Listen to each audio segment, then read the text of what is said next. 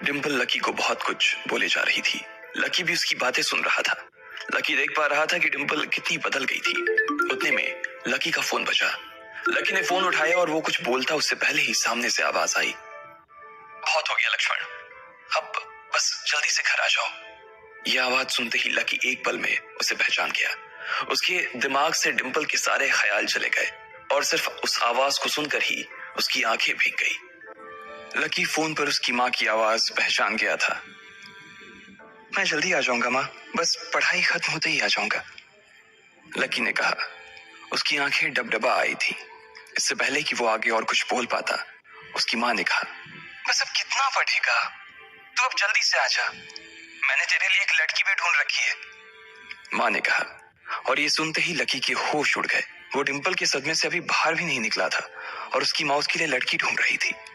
माँ मैं अभी क्लास में हूँ, आपको थोड़ी देर बाद फोन करता हूँ, लकी ने आगे की बात से बचने के लिए कहा और फोन रख दिया। फिर वो क्लासरूम में आ गया। लकी तुम ठीक हो ना, साक्षी ने लकी के कंधे पर हाथ रखते हुए पूछा। उसे सच में लकी की चिंता हो रही थी।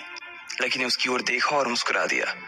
साक्षी ने हल्के हाथ से उसके कंधे को सहलाया और बोली, देखो वैसे अब इसमें पछताने जैसी कोई बात नहीं है। डिम्पल का असली चेहरा हम दोनों के सामने आ गया है। अगर ये थोड़ी देर बाद आता ना तो दर्द ज्यादा होता, इसलिए जो हुआ ठीक ही हुआ। तुम्हें ऐसी लड़की के लिए परेशान नहीं होना चाहिए लकी, कोई जरूरत नहीं है तुम्हें दुखी होने की। लकी ने सिर्फ हाँ में अपना सिर हिलाया और अपनी मुस्कान को और थोड़ा सा बड़ा कर लिया। साक्षी की उसके कंधे पर हाथ रखने की वजह से लकी को अच्छा महसूस हो रहा था। कम से कम उसके आसपास कोई तो था जिस पर वो विश्वास कर सकता था।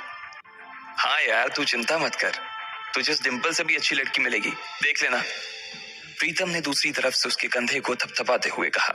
लकी को अब सचमुच काफी अच्छा लग रहा था।